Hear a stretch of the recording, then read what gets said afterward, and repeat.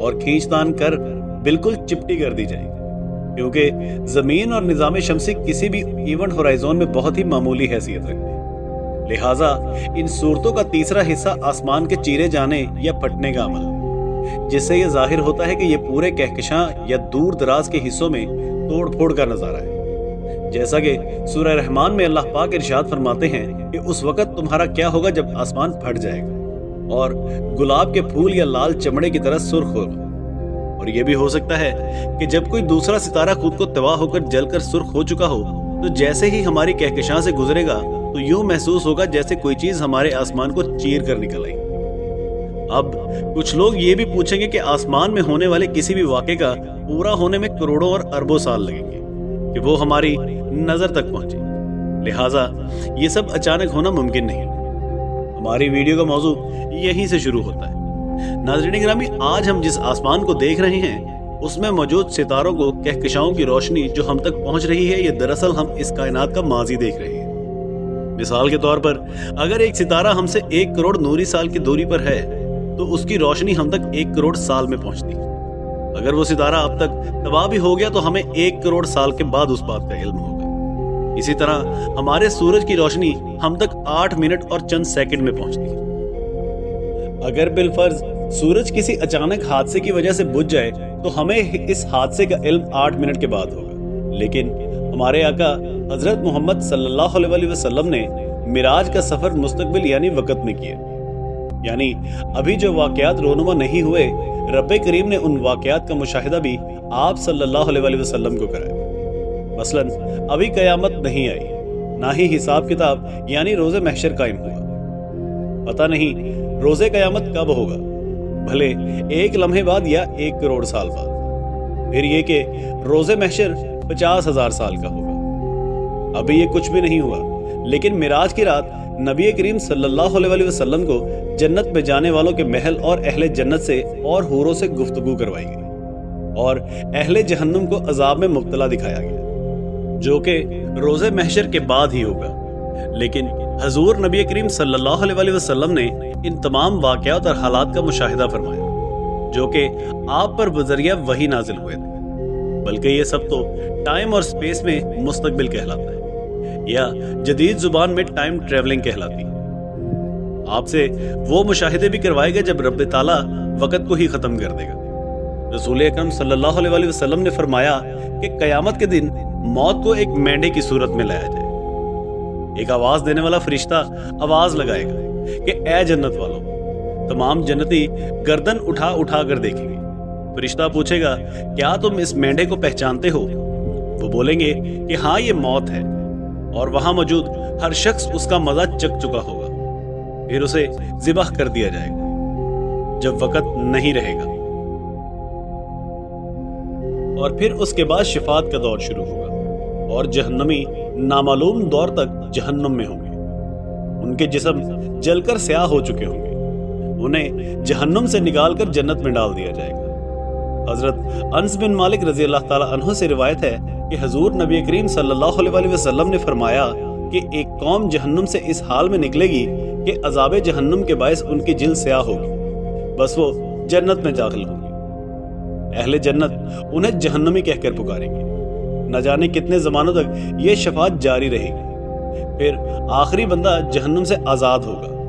اس آخری بندے سے متعلق آقا کریم نے ارشاد فرمایا، میں جہنم سے نکلنے والے آخری بندے کو بھی جانتا ہوں۔ سیدنا عبداللہ بن مسعود رضی اللہ تعالی عنہ سے روایت ہے کہ رسول اکرم صلی اللہ علیہ وسلم نے فرمایا، میں اس شخص کو جانتا ہوں جو سب کے بعد جنت میں جائے گا۔ یہ وہ شخص ہے جو جہنم سے گھٹنوں کے بل گھسیٹتا ہوا نکلے گا۔ یعنی آخری جہنمی کے حال کو بیان کرتے ہوئے آپ صلی اللہ علیہ وسلم کے چہرے پر اتنی مسکراہٹ تھی کہ آپ کے دندان مبارک بھی نظر آ رہے ہیں۔ اب خدا اور اس کے نبی کریم صلی اللہ علیہ وسلم ہی جانتے ہیں کہ جب وقت ہی نہ رہے تو یہ دور کون سا ہوگا۔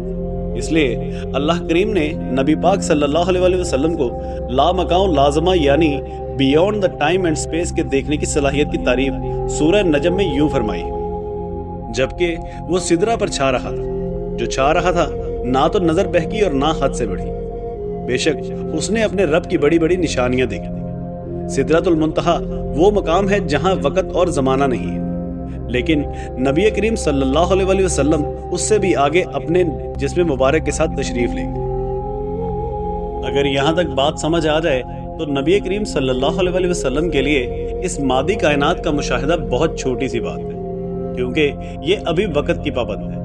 نبی کریم صلی اللہ علیہ وسلم نے مستقبل کے سفر میں جب آپ ابھی معراج پر تشریف نہیں لے کر گئے تھے اور جب مسجد اقصیٰ سے آسمان کی طرف دوران سفر تھے تو اس کائنات کے انجام کو مشاہدہ فرما لیا ہوگا اور مستقبل کے ستاروں، سیاروں اور کہکشاؤں کو ٹوٹتے بکھرتے ہوئے دیکھ لیا ہوگا، اور مستقبل کے آسمان پر موجود آسمان کا کوئی اور ستارہ نہ رہا ہو اور وہ جھڑ رہے ہوں یا جھڑ چکے ہوں، بلکہ وہ ستارے یا سیارے جنہوں نے ہماری کہکشاؤں کا نظام درہم برہم کرنا ہے اپنا آدھے سے زیادہ واپسی کا سفر طے کر چکے ہوں اور کسی بھی لمحے ہماری آنکھوں کے سامنے ظاہر ہو جائیں، یا کوئی بڑا بلیک ہول جو اربوں سال پہلے ہمارے ملکی وے کی طرف چل پڑا ہو کسی بھی لمحے ہمارے آسمان کو تباہ کرتے ہوئے ہمارے سورج کو نگل جائے۔ تبھی تو نبی کریم صلی اللہ علیہ وسلم نے ارشاد فرمایا تھا، میں اور قیامت 2 انگلیوں کی طرح نزدیک نزدیک بھیجے گئے ہیں، یعنی آقا کریم اور قیامت کے درمیان صرف آپ کا وصال ہے، پھر قیامت شروع ہو گئی ہے۔ آپ صلی اللہ علیہ وسلم نے فرمایا، قیامت کی 6 نشانیاں شمار کر لو، ان میں سے ایک رسول اکرم صلی اللہ علیہ وسلم کی دنیا میں تشریف آوری اور آپ کا وصال ہے۔